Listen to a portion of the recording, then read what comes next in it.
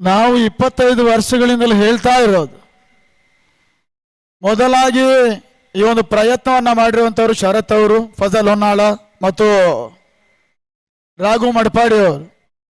ನೋಡಿ, ಸಂಘಟಕನ ಸಂಕಷ್ಟ ಅನುಭವಿಸಿದವನಿಗೆ ಮಾತ್ರ ಗೊತ್ತಿರುತ್ತೆ. ಮುಖ್ಯವಾಗಿ ಇವತ್ತು ನನಗೆ ಬೇಜಾರಾಯಿತು ಅಂತ ನಾನು ಹೇಳೋದಿಲ್ಲ, ಆದರೆ ನಾಮಿನೇಷನ್ ಮಾಡುವಂಥವ್ರು ಇವಾಗ ಟೂರ್ನಮೆಂಟ್ ಅನ್ನ ಕಮೆಂಟೇಟರ್ಗೆ ಅಂತ ಮಾಡಿದ್ರು. ಅಲ್ಲಿ ನೀವು ನಾಮಿನೇಷನ್ ಹಾಕಿದ್ರೆ 500 ರೂಪಾಯಿ ಫೀಸನ್ನು ಕೊಟ್ಟು ಹೆಸರನ್ನು ನೋಂದಾವಣೆ ಮಾಡಿದ್ರಿ. ನಿಮ್ಮ ಅನುಕೂಲದ ಹಾಗೆ ಟೂರ್ನಮೆಂಟ್ಗೆ ಬರೋದಲ್ಲ. ಯಾಕಂತ ಹೇಳಿದ್ರೆ ಪ್ಲೇಯರ್ಸ್ಗಳು ಮಾಡಿದಂಥ ತಪ್ಪಿನಿಂದ ಇವತ್ತು ಸಂಘಟಕರ ಬೈಗುಳಗಳನ್ನು ಕೇಳಬೇಕಾಯ್ತು. ಅದನ್ನು ಒಪ್ತೀರಾ ನೀವು? ಒಬ್ಬನ ಮನೆಯಲ್ಲಿ ಮದುವೆ ಇದೆ, ಇನ್ನೊಬ್ಬನ ಮನೆಯಲ್ಲಿ ಉಪನಯನ ಇದೆ, ಅದನ್ನೆಲ್ಲ ಯಾವಾಗ ಬಂದು ಹೇಳೋದು? ಒಂದು ದಿವಸದ ಮ್ಯಾಚ್ ಮುಗಿದ ನಂತರ ಮರುದಿವಸ ಬಂದಾದ ಕತೆ ಹೇಳೋದಾ? ಹೇಳಿ ನೀವೇ. ಅಂತ ಒಣ ಪ್ರತಿಷ್ಠೆ ಇದ್ರೆ ದಯವಿಟ್ಟು ನಾಮಿನೇಷನ್ ಹಾಕಬೇಡಿ. ಯಾಕಂತ ಹೇಳಿದ್ರೆ ಒಂದು ಕಾರ್ಯಕ್ರಮ ಮಾಡುವಂಥವನಿಗೆ ಅದನ್ನು ಯಶಸ್ಸಿನ ಮಟ್ಟಕ್ಕೆ ಕೊಂಡು ಹೋಗಬೇಕು ಅನ್ನೋದಾಗಿದ್ರೆ ಅವಿರತ ಪರಿಶ್ರಮ ಪಡಬೇಕಾಗತ್ತೆ.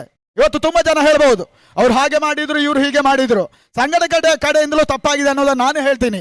ಆದರೆ ಆಟಗಾರರು ಮೊದಲಾಗಿ ಆತ್ಮವಿಮರ್ಶೆ ಮಾಡ್ಕೊಳ್ಳಿ. ನನ್ನಿಂದನೇ ಆಗುತ್ತೆ, ನಮ್ಮಿಂದನೇ ಆಗುತ್ತೆ, ಇದು ಆಗೋದಿಲ್ಲ.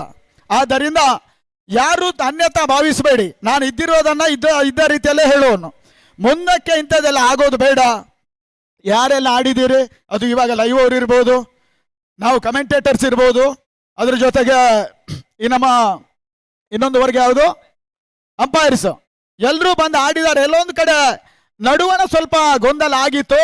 ಆ ಗೊಂದಲದಲ್ಲಿ ಯಾರ ಮನಸ್ಸಿಗೂ ನೋವಾಗಿದ್ದಿದ್ರೆ ಅದನ್ನ ದಯವಿಟ್ಟು ಬಿಟ್ಟುಬಿಡಿ ಅನ್ನೋದಾಗಿ ಹೇಳಿಕೊಂಡು, ಇದೆಲ್ಲವೂ ನೋಡಿ, ನಮ್ದೊಂದು ಕ್ರಿಕೆಟ್ ಅನ್ನುವಂಥದ್ದು ಬಂದಾಗ ನಮ್ದು ಕುಟುಂಬ, ನಾವು ಅಂಪೈರ್ಸ್ಗಳು, ಕಮೆಂಟೇಟರ್ಸ್ಗಳು, ಲೈವ್ ಅವರು ಒಂದು ಕುಟುಂಬ ಇದ್ದ ಹಾಗೆ. ಸಮಸ್ಯೆಗಳು ಬರುತ್ತೆ, ಅದನ್ನ ಬೀದಿಗೆ ತರೋದಲ್ಲ. ಆವಾಗ ನಮ್ಮ ಇವರು ಆರ್ಯ ಚಾಲೆಂಜರ್ಸ್ ವ್ಯವಸ್ಥಾಪಕರು ಹೇಳಿದ್ರು, ಇನ್ನೊಬ್ಬರಿಗೆ ಕ್ರಿಕೆಟ್ ಅನ್ನುವಂಥ ಆಟದಲ್ಲಿ ಅಥವಾ ಕ್ರೀಡೆಯಲ್ಲಿ ಎಲ್ಲವನ್ನ ತಿಳಿಸುವಂತ ವಿಚಾರ ಇದ್ರೆ ಅದು ಕಮೆಂಟೇಟರ್ಸ್ಗಳು ಮಾಡ್ತಾರೆ. ಆದ್ರೆ ಕಮೆಂಟೇಟರ್ಸ್ ಮ್ಯಾಚ್ ಅಲ್ಲೇ ಅದು ನಗೆ ಪಾಟಲಿಗೆ ಈಡಾಯಿತು ಅನ್ನುವಂಥ ಮಾತು ಬರಬಾರದು. ಆದ್ದರಿಂದ ನಾನು ಹೇಳಿರುವಂಥ ಮಾತಿನಲ್ಲಿ ಎಲ್ಲಾದ್ರೂ ತಪ್ಪಿದ್ರೆ ದಯವಿಟ್ಟು ಕ್ಷಮಿಸಿ ಅನ್ನೋದಾಗಿ ಹೇಳಿಕೊಂಡು, ನಾವೆಲ್ಲರೂ ಮುಂದಕ್ಕೆ ಸುಂದರಣ್ಣನವರು ಹೇಳಿದ ಹಾಗೆ ಮತ್ತೆ ಮುಂದೊಂದು ಕಾರ್ಯಕ್ರಮದಲ್ಲಿ ಈ ತಪ್ಪುಗಳನ್ನು ಮರೆತು ಸುಧಾರಣೆಯ ಪಥದಲ್ಲಿ ಹೋಗಿ ಮುಂದೊಮ್ಮೆಗೆ ಒಂದು ಒಳ್ಳೆ ಕಾರ್ಯಕ್ರಮದಲ್ಲಿ ಒಟ್ಟಾಗೋಣ ಅನ್ನೋದಾಗಿ ಹೇಳಿಕೊಂಡು ಮಾತನ್ನು ಮುಗಿಸ್ತೇನೆ. ನಮಸ್ತೆ.